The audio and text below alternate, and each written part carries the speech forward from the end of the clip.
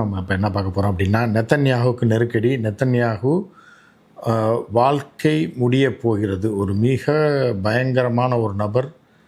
பல ஆயிரம் பேர் கொல்லப்படுவதற்கு, பல லட்சம் பேர் வாழ்விழப்பதற்கு காரணமாக இருந்த நெத்தன்யாகுவுக்கு இறுதி காலம் நெருங்கிட்டு இருக்கோம் அப்படின்னு பார்க்க போகிறோம். அதாவது என்ன அப்படின்னு பார்த்திங்கன்னா, அவர் மேலான ஊழல் வழக்கு. இந்த போர் நடந்தது இல்லையா, அதாவது காசாவுக்கு எதிரான போர் ஒரு மிகப்பெரிய ஒரு அதிர்ஷ்ட வாய்ப்பாக நெத்தன்யாகு பயன்படுத்திட்டாப்புல. அதாவது என்னென்னா, நெத்தன்யாகு மீது மிகப்பெரிய ஊழல் வழக்கு, ஊழல் குற்றச்சாட்டு, அதாவது லஞ்சம் பெற்றது, ஏன்னா லஞ்சம் பெற தூண்டியது, லஞ்சம் வாங்கியது அப்படின்னு சொல்லி வழக்கு போட்டு மிகப்பெரிய கரப்ஷன் பார்ட்டி நெத்தன்யாகு.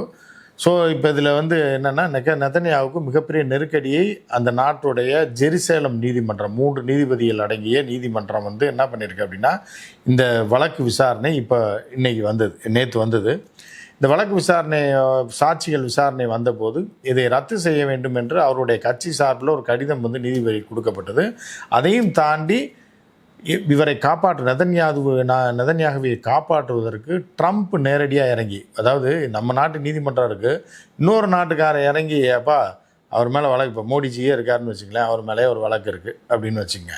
ஸோ இன்னொன்று அமெரிக்காவை, ரஷ்யா அதிபரை கூப்பிட்டு, நம்ம உச்சநீதிமன்றத்தை கூப்பிட்டு, ஐயா அவர் மேலே இருக்க வழக்கை கொஞ்ச நாள் நிறுத்தி வைங்க, அவர் பெரிய தேச தியாகி தெரியுமா உங்களுக்கு, உங்கள் தேசத்துக்காக மிகப்பெரிய தியாகத்தை செய்திருக்கிறார், அவர் பெரிய ஹீரோ, அவர் மேலே வழக்கை போட்டு விசாரிச்சுக்கிட்டு இருக்கீங்க, அந்த வழக்கை முதல்ல நீக்குங்க, அவர் மீது இருக்க வழக்கை நீக்கிட்டு அவரை வழக்கிலேருந்து விடுவிச்சு விடுவீங்களா, அவர் எவ்வளோ பெரிய ஹீரோ, எவ்வளோ பெரிய இது பண்ணியிருக்காரு உங்கள் நாட்டுக்காக, என்ன இப்படி பண்ணுறீங்க அப்படின்னு சொல்லி ட்ரம்ப் சொன்ன அடுத்த நாள் அந்த நீதிமன்றம் என்ன பண்ணிடுச்சுன்னா, அந்த வழக்கை ஒத்தி வைத்து விட்டது, விசாரணையை ஒத்தி வைத்து விட்டது. இதற்கு 3 காரணங்கள் இருக்குது. இந்த வழக்கு நெருக்கடியாச்சுன்னா, ஏற்கனவே உள்ள பிரதமர் இது போன்ற ஒரு வழக்கில் சிக்கி 6 வருடம் அவருக்கு சிறை தண்டனை அளிக்கப்பட்டது. அதே மாதிரி நெத்தன்யாகு எப்படி அப்படின்னு பார்த்தீங்கன்னா, தேசபக்தின்ற வடையை சுட்டு, இதை தான் பெரியார் நம்ம இங்கே ஞாபகப்படுத்தணும், எவ்வளோ பெரிய ஞானி அப்படின்னு சொல்லிட்டு, அதாவது திருடர்களின் கடைசி ஆயுதம் தேசபக்தி அப்படின்னு பெரியார் சொல்லியிருக்கார், நம்ம சொல்ல பெரியார் சொல்லியிருக்கார். ஸோ அப்போ திருடர்கள் கடைசியில் என்ன பண்ணுவாங்கன்னா, தேசபக்தின்னு ஒரு வடையை சுட்டு தப்பிச்சிடுவான். அவனை போய் நீங்கள் காட்டும்போது, நான் தேசபக்தன், நம்ம தேசத்துக்காக போராடுறேன், நம்ம தேசத்துக்காக சண்டை போடுறேன், நம்ம தேசத்துக்காக போர் தொடுத்துருக்கேன், நம்ம தேசத்தின் எதிரிகளை அழிச்சிக்கிட்டு இருக்கேன், இந்த நேரத்தில் ஊழல் வழக்கா ஏன் மேலையா அப்படின்னா, நீ தேச துரோகி அப்படின்றான் டக்குன்னு. ஊழல் வழக்கு என்னடா பண்ண, நீ திருட்டு வேலை பண்ணியிருக்க, மொல்ல மாதிரித்தனம் பண்ணியிருக்க, அந்த நாட்டை சுரண்டி இருக்கேன்னு கேட்டால் அவன் என்ன சொல்லுவான்னா, தேசபக்த வடையை சுட்டு நீ தேச விரோதி, நான் ஒரு தேசபக்தன்றான். இது நம்ம நாட்டிலே நீங்கள் வேறு யாராவது நினச்சிங்க அப்படின்னா அதுக்கு நான் பொறுப்பு இல்லை. ஸோ இப்படி இருக்கும்போது என்னென்னா, தேசபக்தி வடையை சுட்டுக்கிட்டு இருக்கும்போது என்ன ஆகுதுன்னா, அதாவது நெதன்யாகு 45 வயதில் இளம் பிரதமர், அதாவது இஸ்ரேல் போன்ற நாடுகளில் இவ்வளோ இளம் வயசில் ஒருத்தரை பிரதமர் ஆக்குறாங்க அப்படின்றது மிகப்பெரிய ஒரு சாதனையாக பார்க்கப்பட்டுச்சு அந்த காலகட்டத்தில். அதாவது 96, அதாவது 88 லிக்குட் பார்ட்டி அப்படின்ற கட்சியில் சேர்றார். 88 தான் கட்சியில் சேர்றாப்புல. 96 பிரதமர், 96லேருந்து 99 வரைக்கும் 45-46 வயசில் இளம் பிரதமராக அந்த நாட்டை ஆட்சி செய்து, அதற்கப்புறம் 2வது முறையாக, அதுவும் மைனாரிட்டி கவர்மெண்ட் தான், 3 வருஷம் தான் அவர் ஆட்சியில் இருக்கார். அதற்கப்புறம் மீண்டும் ஆட்சிக்கு வராரு. மீண்டும் ஆட்சிக்கு வரும்போது என்ன ஆகுதுன்னா, 2021 வரை இருக்கார். அந்த காலகட்டத்தில் மிகப்பெரிய கொள்ளையடிக்கப்படுது, மிகப்பெரிய சுரண்டல், ஊழல் மலிஞ்சு போகுது நெதன்யாகு ஆட்சியில். நெதன்யாகு ஏகப்பட்ட கையூட்டு வாங்கினதா அவர் மீது வழக்குகள் தொடுக்கப்படுது. அவர் பிரதமராக இருந்ததுனால தொடுக்க முடியலனால உச்சநீதிமன்றம் என்ன ஆகுதுன்னா, 2020 அந்த கொரோனா வந்ததில்லை, அந்த கொரோனா மார்ச்சில் வருது, பிரேக் ஆகுது. சைனாலெலாம் அதுக்கு முன்னாடி ஜனவரியில் பிரேக் ஆகிடுச்சு, மார்ச்சில் பிரேக் ஆகி லாக்டவுன் போட்டாலும் மே மாதம் இந்த ஊழல் வழக்கை அவருடைய நீதிமன்றம் கையில் எடுக்குது. எந்த நீதிமன்றம்? ஜெருசலேம் நீதிமன்றம். 3 நீதிபதி அடங்கிய பெஞ்ச் கையில் எடுத்து விசாரணைக்கு அழைக்குது. இவர் போய் ஆஜராகிறாரு. ஸோ இந்த சூழ்நிலையில் தான் என்னன்னா, எலெக்ஷனில் மீண்டும் இவர்கள் கட்சி கூட்டணி ஆட்சியில் வந்துடுது. வந்த உடனே 120 இடங்களை பெற்ற அந்த நாடாளுமன்றத்தில் வெறும் 62 இடங்கள் தான் இந்த கூட்டணி கட்சிகள் பூராமே வச்சுருக்கு. நெதன்யாகு ஜெயித்தது 32 இடங்கள் தான். அதாவது 120 இடங்கள் உள்ள நாடாளுமன்றத்தில் ஒரு 32 இடங்களை ஜெயித்து கூட்டணி குழம்பு வச்சு அவனை சேர்த்து போட்டு ஆட்சி அமைச்சிருக்காரு. நம்ம சேனல் ரெகுலராக பார்த்தவங்க நம்ம இதை தொடர்ந்து சொல்லிகிட்டு இருக்கோம்.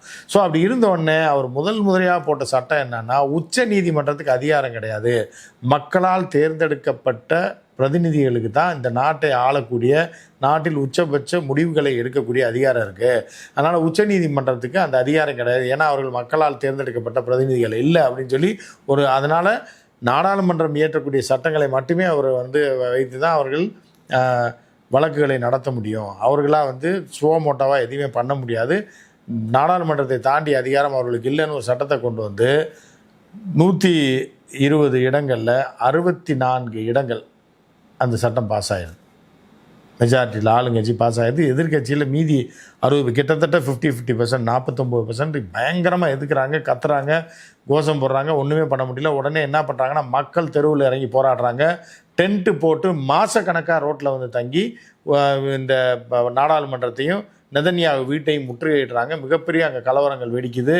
காவல்துறை மிகப்பெரிய பிரச்சனை பண்ணிகிட்டு இருக்கும்போது அந்த விஷயங்கள் கொஞ்சம் அடங்கும் போது என்ன ஆகுதுன்னா, உச்சநீதிமன்றம் இந்த சட்டத்தை செல்லாது அப்படின்னு சொல்லி எதிர்க்கட்சிகள் வழக்கு தொடுக்குது உச்சநீதிமன்றத்தில். அந்த மாதிரி நெதன்யாகு நிறைவேற்றிய சட்டங்கள் செல்லாது, நெதன்யாகு மீது வழக்கு விசாரணை நடத்தி ஆக வேண்டும் சொல்லும்போது கொஞ்சம் நீதிமன்றம் அந்த வழக்கை எடுத்துட்டு கொஞ்சம் அந்த போராட்டங்கள் கேப் விடக்கூடிய நேரத்தில் தான் என்ன ஆகுது அப்படின்னா, ஹமாஸ் போய் தாக்குதல் நடத்திடுறாங்க. மிகப்பெரிய அதிர்ஷ்ட வாய்ப்பாக இதை பிடிச்சிக்கிட்டு தேசபக்தி வடையை சுட்டு, ஐயோ போச்சு, நம்ம நாட்டில் பூந்துட்டான், நம்ம நாட்டை அடிச்சு விட்டான் அப்படின்னு சொல்லி அன்னைக்கு துவங்கினது தான் இந்த போர். தன்னுடைய ஊழல் வழக்கிலேருந்து தப்பிப்பதற்காகவும் ஏன்னா இது பண்ணுறதுக்காகவும் என்ன பண்ணுறாங்க, நீதிமன்றத்துடைய விசாரணையிலேருந்து தப்பிப்பதற்காகவும் இந்த போரை தொடர்ந்து 2 வருஷமாக நடத்திட்டு இருக்காரு. நம்ம சேனல் பார்க்குறவங்களுக்கு ரெகுலராக தெரியும், இதை நம்ம ஆரம்பத்துலேருந்து சொல்லிகிட்டு இருக்கோம். ஆனால் இது கடைசியில் இப்போ வந்துருச்சு. இப்போ என்னென்னா, இந்த வழக்கை நீதிமன்றம் எடுத்துருச்சு. எத்தனை நாளைக்கா போர்னு சொல்லிட்டு இருப்பேன், அதான் போர் தான் நின்றுச்சுல, ஆஜராகு அப்படின்னு சொல்லி நேற்று ஆஜராவதற்கு சம்மன் அனுப்பியிருந்தார்கள் ஏற்கனவே. உடனே என்ன பண்ணுறாங்கன்னா, இவங்களோட கட்சி தலைமை இருக்கு இல்லையா, லிக்விட் பார்ட்டி, இந்த கட்சி ஒரு கடிதம் எழுது. அது போக என்னென்னா, அந்த நாட்டோட உளவு பிரிவு கடிதம் எழுது நீதிமன்றத்துக்கு. என்ன எழுதுனா, போர் நடந்துக்கிட்டு இருக்கு, மிக இக்கட்டான சூழ்நிலை இந்த நாடு இருக்கும்போது நான் அதில் முக்கியமாக கான்சென்ட்ரேட் பண்ணிக்கிட்டு இந்த நாட்டை வழிநடத்தி போயிட்டு இருக்கிற நெதன்யாகு மேலே இப்போ நீங்கள் விசாரணை வச்சிங்கன்னா அது டைவர்ட் ஆயிரும், எதிரிகளுக்கு அது சாதகமாயிரும், மித்த நம்மளை தாக்கக்கூடியவர்களுக்கு சாதகமாயிரும்.